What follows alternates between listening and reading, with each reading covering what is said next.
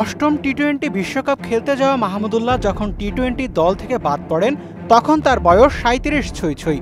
এই বয়সে অনেকেই এমনিতেই ক্রিকেট ছেড়ে বিশ্রামের জীবন বেছে নেন। তাই স্বাভাবিকভাবেই মাহমুদুল্লাহর ক্যারিয়ারের এপিটাফ অনেকেই লিখে ফেলেছিলেন। কিন্তু সাধারণ ক্রিকেট প্রেমীরা অমন ভাবলে কি হবে? মাহমুদুল্লাহ যে বিশুদ্ধ এক ক্রিকেট যোদ্ধা। একজন যোদ্ধা কি কখনো নিজের শেষ দেখেন? তাই তো মুশফিকুর রহিম আর তামিম ইকবাল টি-20 ক্রিকেটকে বিদায় বলে দিলেও মাহমুদুল্লাহ ছিলেন সোজা হয়ে দাঁড়িয়ে, আবার লড়াই করার অপেক্ষায়।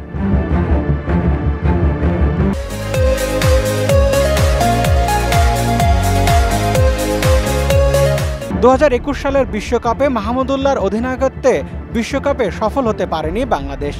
সেই হতাশা চূড়ান্ত রূপ পায় 2022 সালে সংযুক্ত আরব আমিরাতে হওয়া এশিয়া কাপে, যে টুর্নামেন্টের পর থেকে মাহমুদুল্লাহ দল থেকে বাদ পড়েন 2022 টি-20 বিশ্বকাপ থেকেও।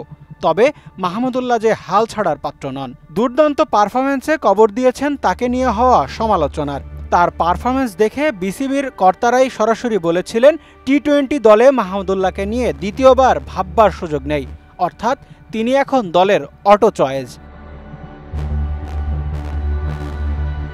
2023 ওয়ানডে বিশ্বকাপে দলের সুযোগ পেয়েছিলেন।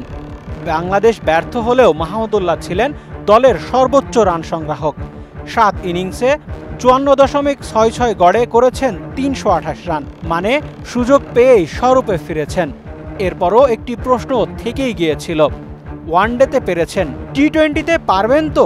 এমন প্রশ্নের উত্তর দেওয়ার মঞ্চ হিসেবে মাহমুদুল্লাহ বেছে নেন বিপিএলকে। ফরচুন বরিশালের হয়ে 13 ইনিংসে প্রায় 30 গড়ে করেছেন 237 রান, স্ট্রাইক রেট 134.65।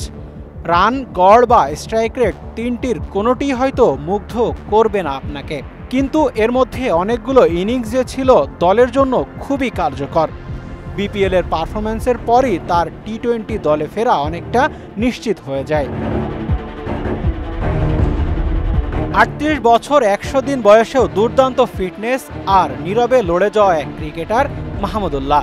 মাহমুদুল্লাহ মানেই যোদ্ধা, মাহমুদুল্লাহ মানেই বারবার ফিরে আসার গল্প। সাইমন মুবিন পল্লব, মোহনা ডিজিটাল।